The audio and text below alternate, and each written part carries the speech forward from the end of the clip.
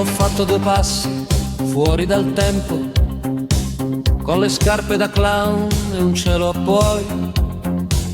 Il treno parte tra un secondo, ma io ho già cambiato binario. Il mio posto è sulla giostra che gira. Ehi, fermi tutti, un attimo di magia.